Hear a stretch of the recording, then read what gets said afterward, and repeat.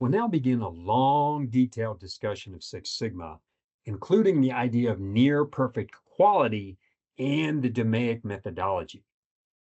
It may seem like a lot of information at first, but it will eventually make sense, and you might even feel empowered with your new knowledge. To start, Six Sigma refers to two related ideas. Number one is virtually defect free. Six Sigma represents a statistical level of quality that is almost perfect. In other words, it means virtually no defects. Number two, the DMAIC methodology. Six Sigma incorporates DMAIC to systematically improve processes. So, combining these ideas, we can apply DMAIC to improve a process, even if we're not able to achieve a true Six Sigma level of quality. The quality will be better, though. So, let's first discuss this near perfection goal of Six Sigma. Again, we can think of Six Sigma as evolving from TQM. TQM was more of a management philosophy and a high level approach to improving quality. Six Sigma offers more detail on quality targets and how to achieve those targets. But Six Sigma includes the key quality tenets that we've already seen. Number one, the voice of the customer. Capture and analyze customer feedback to identify needs, issues, and opportunities. Number two is continuous improvement. Continuously find and implement incremental changes to improve processes and subsequent value and quality. Number three is total involvement. Involve and empower all employees from top management to frontline workers to contribute to quality improvement. We'll add another key tenet with prevention. Build such a high level of quality that the process will virtually prevent defects from even occurring. So let's think critically about the idea of prevention. If we can prevent defects from occurring, then our quality will be perfect. Ideally, we then won't even have to inspect products and services for quality. That is, we don't need to check for defects because they can't occur. That's the goal of perfection. So, in reality, perhaps we can't get that good on a particular process, especially if humans are involved. Remember, humans are variable, they're inconsistent, which will work against our consistency and perfection that we seek with Six Sigma. Still, the Six Sigma idea of prevention should help us improve the quality, even if it's not perfect. In a nutshell, Six Sigma focuses on reducing variability, specifically, significantly reducing variability to the point of near perfection. And it's data driven, meaning that we want to make decisions and changes based on facts and evidence. And that certainly makes sense, but I'd be remiss to point out that we seem to live in a world, at least in my personal opinion, that generates a significant amount of bias based on misinformation and misinterpretation. So Six Sigma can help us focus on data and facts. The lowercase Greek letter sigma represents the standard deviation, which is a measure of variability. That's the sigma part of Six Sigma. Reduce the standard deviation, the variability of a process, to improve the quality. We can relate this idea to DPMO, defects per million opportunities. And DPMO means what it says. If we operate or execute a process 1 million times, how many defects will occur? Preferably, we'd like that number of defects to be as small as possible. And the related opposite of DPMO is the process yield. How often does the process not produce defects? Good quality. Lower DPMO, which is good, reflects a higher level of process yield. Also good. And then the process sigma represents both the DPMO and the process yield. Specifically, a higher process sigma, like Six Sigma, indicates a lower DPMO and a higher yield. So a true Six Sigma process only has 3.4 defects per million opportunities, which means it's 99.9997% defect free. That DPMO is almost zero. Such a process is virtually defect free, nearly perfect. In comparison, a 5 sigma process is still pretty good. The DPMO is only 233, which is about 0.02%. But quality for lower levels of sigma drop off quite quickly. So a 3 sigma process, for instance, has about 7% defects, which might be good for some processes, but then a 2 sigma process has a bit more than 30% defects, which is not good at all. Again, perhaps we can't achieve a 6 sigma level of quality, that near perfection, but we can usually at least improve the quality, thereby improving the sigma level. Let's put this in perspective with a practical example considering the voice of the customer. And we can think of this voice, the custom requirements, as a level of variability that the customer allows. That is, customers are fine with a reasonable amount of variation. And in fact, sometimes the customers aren't even aware of the variation. So let's consider coffee, specifically hot coffee. You and I are opening a coffee shop together. We're going to serve coffee and grilled cheese sandwiches, exotic grilled cheese sandwiches on different types of bread with a wide array of cheeses. But back to the coffee. So customers generally expect that their coffee is at least moderately hot.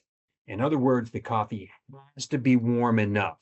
And this is about 130 degrees. Below 130, the coffee may taste flat or stale. We'll call this a lower specification limit, a lower spec limit. Any temperature lower than 130 degrees is a defect. Coffee should also not be too hot. Otherwise, you may not be able to really taste the flavor and it may actually burn you. And a ballpark temperature for this is about 160 degrees. So let's call this the upper specification limit, the upper spec limit. Anything higher than that is also considered a defect. To be clear, I'm really not a coffee drinker. I'm basing these numbers on some research.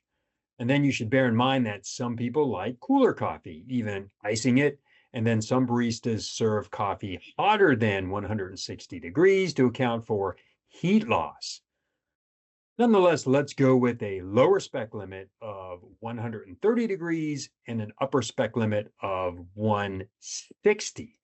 We've done the research and taste testing with our target customers, and that's our voice of the customer. Our established specs are 130 to 160 degrees. These spec limits mean that a coffee served between 130 and 160 is acceptable. That means it's allowable variation. Specifically, it's the customer allowable variation. Anything between 130 and 160 is fine. With the customer allowable variation established, we now have to evaluate the actual variation of our process. That is, how much does the temperature of our served coffee actually vary? And this actual variation will be a range. It will have an average, the mean, and also variation, the standard deviation. For instance, suppose that we check the temperature of a large sample of coffee, And we use this data to calculate a mean and a standard deviation. Assuming that the data follows a normal distribution, we can determine the probabilities, the likelihood of extremely cold or hot coffee. A higher likelihood is represented by a higher point on this distribution.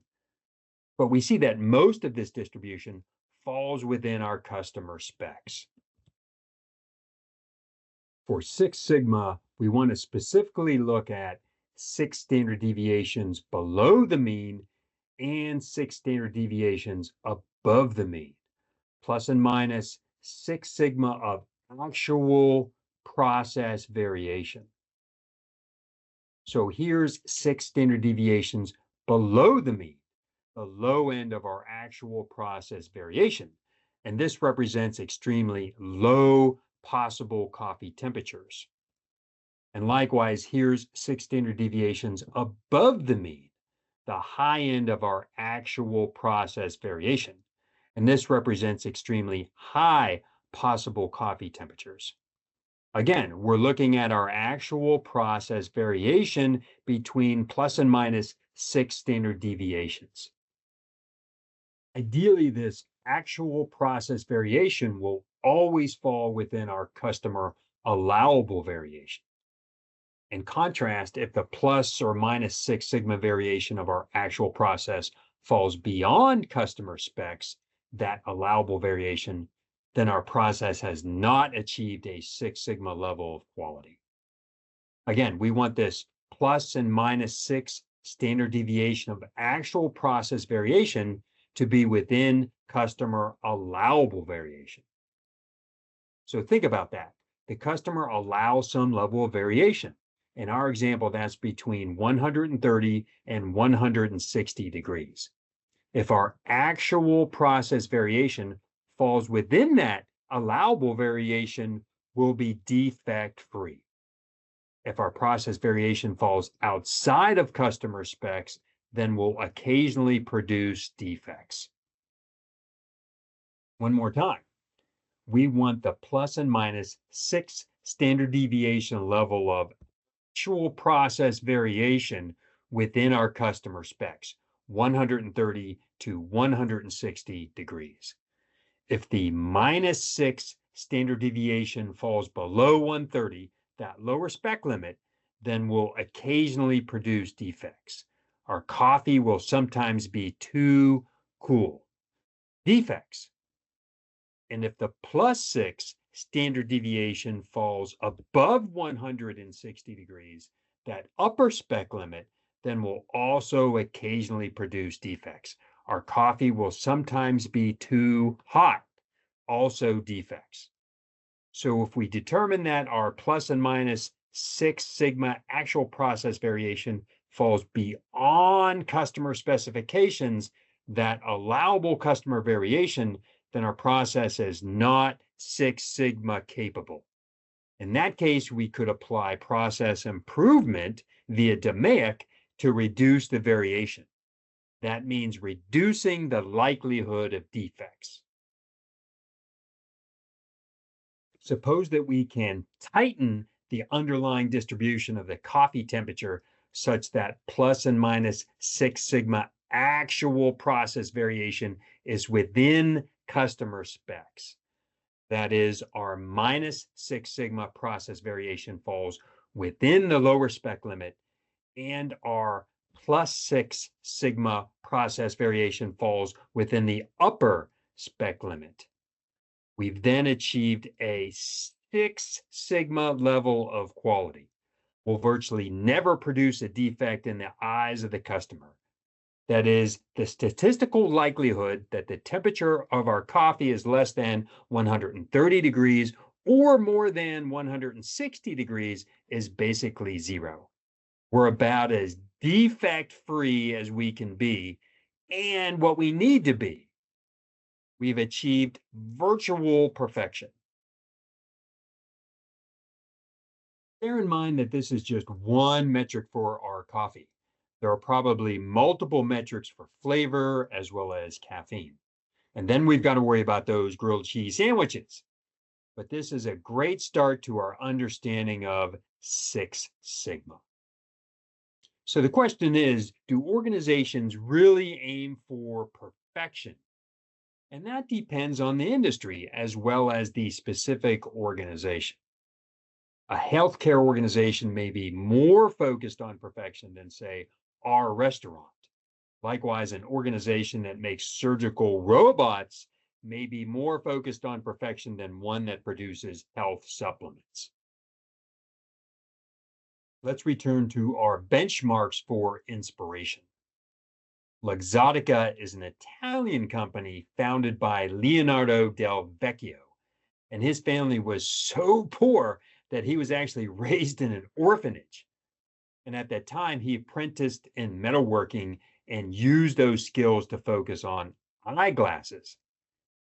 Technically, the company's now called EssilorLuxottica, and they're the largest eyewear company in the world at $29 billion. And Luxottica is all around us, though most of us are not aware. For instance, they own Ray-Ban, Oakley, and other brands. They also produce glasses for many designers, including Versace, Armani, and Prada. And they also command the retail space with Pearle Vision, LensCrafters, and Sunglass Hut. And Del Vecchio was fanatical about quality. He maintained that the organization should target perfection, not in the abstract sense. He meant literal perfection. That's how to deliver high levels of quality. Ferrero is another Italian company. Pietro Ferrero founded Nutella. So hazelnuts were abundant in his Piedmont region of Italy, but chocolate was very expensive. So Nutella actually started as a more affordable alternative to pure chocolate. And then his son, Michele Ferrero, greatly expanded the product line to items such as Ferrero Rocher and Tic Tacs. And they've also since acquired a lot of well-known companies and brands like Keebler, Famous Amos, Baby Ruth, Butterfinger, and Kellogg's cereal.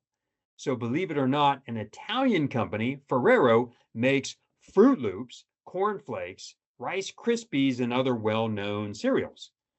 And believe it or not, again, they're actually one of the producers of Girl Scout cookies. Those Girl Scouts don't make the cookies themselves. So Ferrero sales are also about $29 billion. And Michele Ferrero was another quality fanatic, pursuing perfection with monastic devotion. Daniel Ek, the founder of Spotify, provides perspective. He said that in reality, perfection is unattainable. However, the pursuit of perfection is productive. That's continuous improvement. Finally, Steve Jobs cautions that some people are just not used to an environment where excellence is expected. But talented people will strive to meet high standards. A players are self-policing and will not tolerate B-level work. So the question is, are you an A player? If you want to work with A players, you have to be one yourself. A players don't usually want to work with B players because B players do not consistently meet customer expectations. And B players may hire other B players or even C players, leading to further deterioration of quality.